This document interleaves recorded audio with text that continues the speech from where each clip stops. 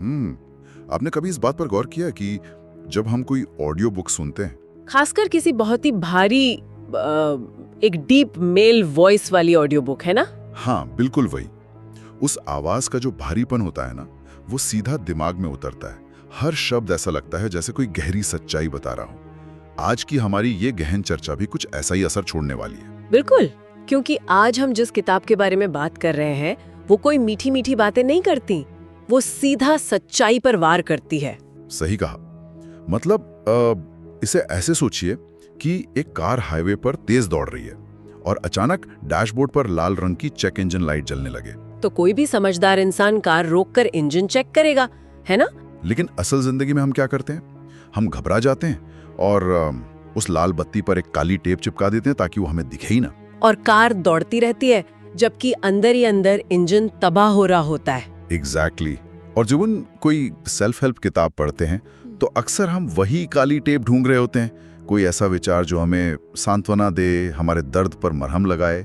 लेकिन आचार्य प्रशांत की किताब ट्रूथ विदाउट अपॉलॉजी कोई टेप नहीं है, ये एक बेहद तेज रोशनी है जो सीधे उस खराब इंजन पर पड़ती है। बिल्कुल। हमारा मकसद आज ये समझना है कि कैसे इंसान अपनी पूरी जिंदगी दूसरों के दी हुई पहचान के सहारे जीता है और कैसे इस खोखलेपन को पहचान कर ही सच्ची आजादी पाई जा सकती है।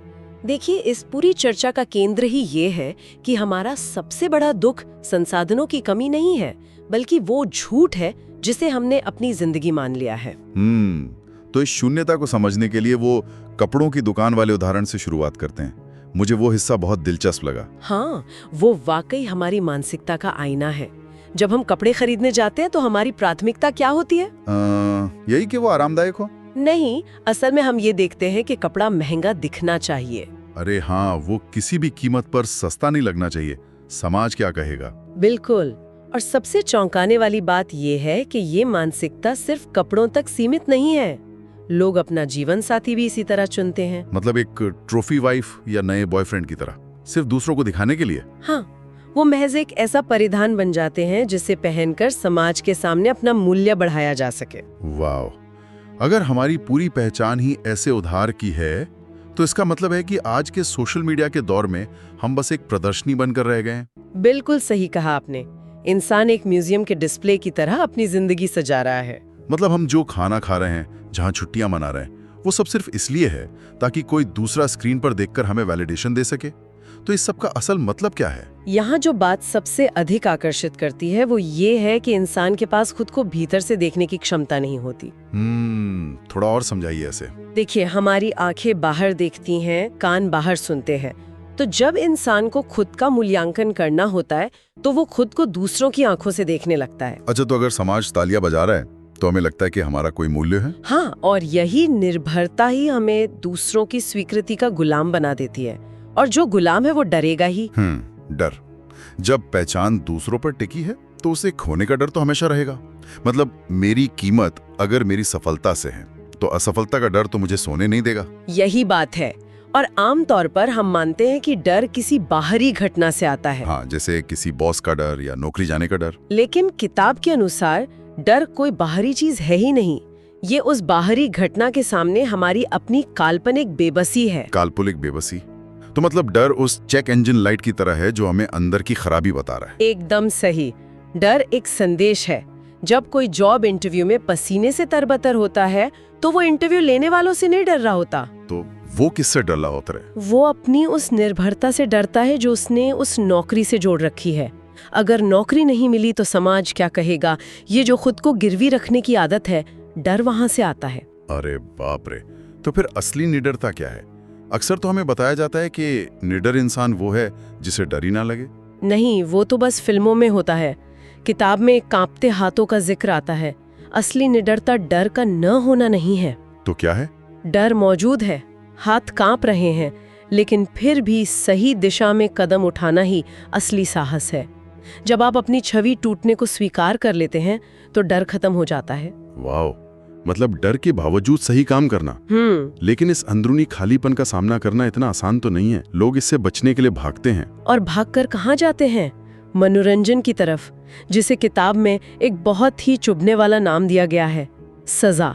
हाँ, सजा। मतलब जो सजा हम अपनी बोरियत को देते हैं ये सुनकर मुझे थोड़ा झटका लगा था। ये ऐसा है जैसे कोई व्यक्ति ट्रेडमिल पर दौड़ रहा हो, लेकिन उस ट्रेडमिल का रिमोट किसी और के हाथ में हो।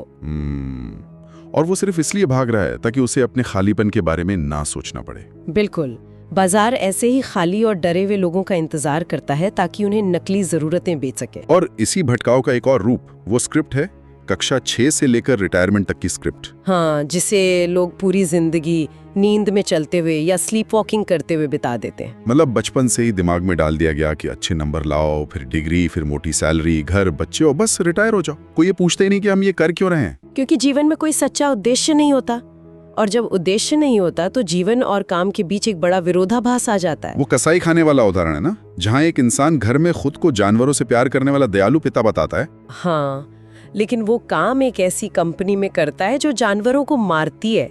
ये दिखाता है कि हमने जिंदगी को कैसे अलग अलग खानों में बांट लिया है। काम में कोई प्रेम नहीं है, सिर्फ पैसा है। और मजेदार बात यह है कि इस बिना प्यार वाले काम को करते हुए लोग हमेशा समय की कमी की शिकायत करते हैं। जबकि सच्चाई ये है कि समय उड़ता नहीं है, बल्कि हमारी प्राथमिकताओं के अनुसार बहता है। तो अगर हमारा कोई ऊंचा उद्देश्य नहीं है तो समय बस फालतू चीजों में बह जाएगा। बिल्कुल, अगर जीवन खाली है तो वो अपने आप कचरे से भर जाएगा। भटकाव इसलिए नहीं जीतते क्योंकि वो मजबूत है, बल्कि इसलिए क्योंकि हमारे लक्ष्य कमजोर हैं। क्या बात है। और जब इंसान काम या मनोरंजन से भी अपना खालीपन नहीं भर पाता तो वो दूसरे इंसानों के पास जाता है। और यहीं से शुरू होता है रिश्तों का महान भ्रम। हाँ, हम सब यही तो सुनते आए हैं कि कोई आएगा और हमारी जिंदगी को पूरा कर देगा, लेकिन किताब तो कुछ और ही कड़वा सच बताती है। वो सच ये है कि हमारे ज्यादातर रिश्ते गहरे स्वार्थ और सौदेबाजी पर टिके हैं। जैसे वो उदाहरण जहाँ तुम मुझसे प्यार नहीं करते का असल मतलब होता है मुझे नई ड्रेस चाहिए। हाँ, और आई लव यू कहने का छिपा हुआ अर्थ महज शारीरिक सुख की मांग हो सकता है। हाँ। ये सब बस एक लेन देन है। लेकिन यहाँ मैं थोड़ा असहमत हूँ। मतलब एक सवाल है मेरा, क्या एक इंसान का दूसरे के प्रति आकर्षित होना स्वाभाविक नहीं है? क्या हर रिश्ता सिर्फ एक सौदा है?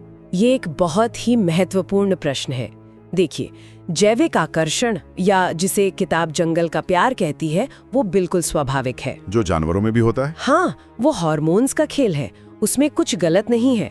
लेकिन अगर एक इंसान होने के नाते हम दूसरे व्यक्ति को सिर्फ अपना खालीपन भरने का औजार मानते हैं, तो वो प्रेम नहीं है। तो वो क्या है? वो एक निर्भरता है, एक सूक्ष्म हिंसा है।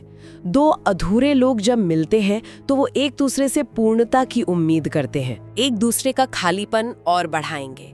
सच्चा प्यार तो तब होता है जब इंसान भीतर से खुद को पूर्ण महसूस करे। मतलब जब मुझे दूसरे इंसान से कुछ चाहिए नहीं होता, ना सुरक्षा, ना समाज में दिखावा। सही बात है। सच्चा प्यार बांधता नहीं है, वो आजाद करता है। अगर कोई व्यक्ति आपकी जिंदगी में सिर्फ आपकी कमजोरियों को सहलाने के लिए है, तो वो प्यार नहीं है। वाह, ये सच में क्रांतिकारी विचार है। और पता है, दूसरों का उपभोग करने की ये जो आदत है, ये सिर्फ हमारे घरों तक सीमित नहीं है। बिल्कुल नहीं, ये पूरी दुनिया और हमारे पर्यावरण को नष्ट कर रही है। हाँ, वो लाइन रोंगटे खड़े कर देती है कि जंगल इसलिए जल रहे हैं क्योंकि इंसान के भीतर का स्वर ढह चुका है। हम क्लाइमेट चेंज को हमेशा एक तकनीकी समस्या मानते हैं, लेकिन असली जड़ तो हमारी वो मनोवैज्ञानिक भूख है जो कभी नहीं बुझती। और उस भूख को मिटाने के लिए हम बेतहाशा उपभोग करते हैं, ऐसी चीजें खरीदते हैं जिनकी जरूरत ही नहीं है, सिर्फ उस एक पल के लिए जिंदा महसूस करने के लिए। यही लालच फैक्ट्रियों को चलाता है और नदियों में जहर घोलता है। तो मतलब बाहरी अंधेरा हमारे भीतरी अंधेरे का ही विस्तार है। जब तक हमारी नीयत साफ नहीं होगी, कोई भी इको फ्रेंडली तकनीक हमें नहीं बचा सकती। बिल्कुल, जब तक इंसान के भीतर ये असंतोष रहेगा, वो इस ग्रह को कब्रिस्तान बनाता रहेगा। इसी बदलाव के मोर्चे पर महिलाओं की स्थिति को लेकर तीसरी महिला या द थर्ड वुमन का एक बड़ा शानदार विचार आता है। ये क्या है? मैं समझाती हूँ। पहली महिला वो है जो पूरी तरह परंपराओं की गुलाम है। समाज ने जो कह दिया उसने मान लिया। और दूसरी महिला वो है जो इसके खिलाफ विद्रोह करती है। हाँ, लेकिन उसका विद्रोह महज पुरुषों की नकल करने तक सीमित रह जाता है। वो सोचती है कि पुरुषों जैसी आक्रामकता दिखाना ही आजादी है। अच्छा, तो फिर ये तीसरी महिला कौन है? तीसरी महिला इन दोनों से अलग है। वो ना तो परंपराओं के सामने झुकती है, ना पुरुषों की नकल करती है। मतलब उसकी आजादी किसी की प्रतिक्रिया नहीं है। बिल्कुल सही। वो अपनी पहचान शरीर से नहीं, अपनी चेतना से जोड़ती है। उसका लक्ष्य होड़ लगाना नहीं, बल्कि अपनी उच्चतम संभावना तक पहुंचना है। और अगर हमें ये चेतना अगली पीढ़ी तक पहुंचानी है तो पेरेंटिंग पर भी बात करनी होगी। किताब कहती है, बच्चे को पालने से पहले खुद को ऊपर उठाओ। क्योंकि बच्चा वो नहीं सीखता जो आप उसे बताते हैं, वो सीखता है जो आप असल में होते हैं। मतलब अगर मैं खुद समाज के दिखावे का गुलाम हूं तो मेरा बच्चा आजाद कैसे होगा? वो कभी नहीं हो सकता। माता पिता अपनी मानसिक गुलामी और डर चुपचाप उस बच्चे में ट्रांसफर कर देते हैं। तो बिना आत्म जागरूकता के बच्चों को पालना महज अपनी मानसिक बीमारियों को अगली पीढ़ी को सौंपना है। एकदम सही। जो इंसान सच में बच्चों का भला चाहता है, उसे पहले अपने भीतर का कचरा साफ करना होगा। तो अगर हम आज की इस पूरी चर्चा को समेटें तो बात यह है कि इंसान खुद को जानता नहीं है, इसलिए उधार की पहचान बनाता है, और उस पहचान को बचाने के डर से पूरी जिंदगी नींद में चलता रहता है, फालतू चीजों के पीछे भागता है, और फिर उस खालीपन को भरने के लिए सौदेबाजी वाले रिश्ते बनाता है और अपने लालच से इस पूरी धरती को तबाह कर रहा है। इस चक्रव्यूह को समझना ही इससे बाहर निकलने का पहला कदम है।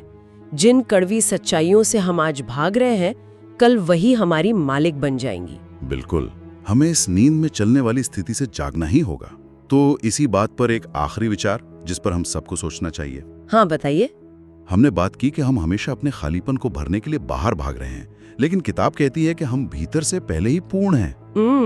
तो जरा सोचिए, अगर कल सुबह हम उठें और ये पूरी तरह मान ले कि हमारे भीतर किसी चीज की, किसी सफलता की कोई कमी नहीं है, तो फिर बिना किसी जरूरत या अभाव के हमारा पहला वास्तविक कदम क्या होगा? एग्जैक्टली। किसी को कुछ साबित करने के लिए नहीं, बल्कि अपनी पूर्णता में हम अपनी मर्जी से क्या चुनेंगे, इस पर विचार कीजिएगा। आज की इस गहन चर्चा में बस इतना ही।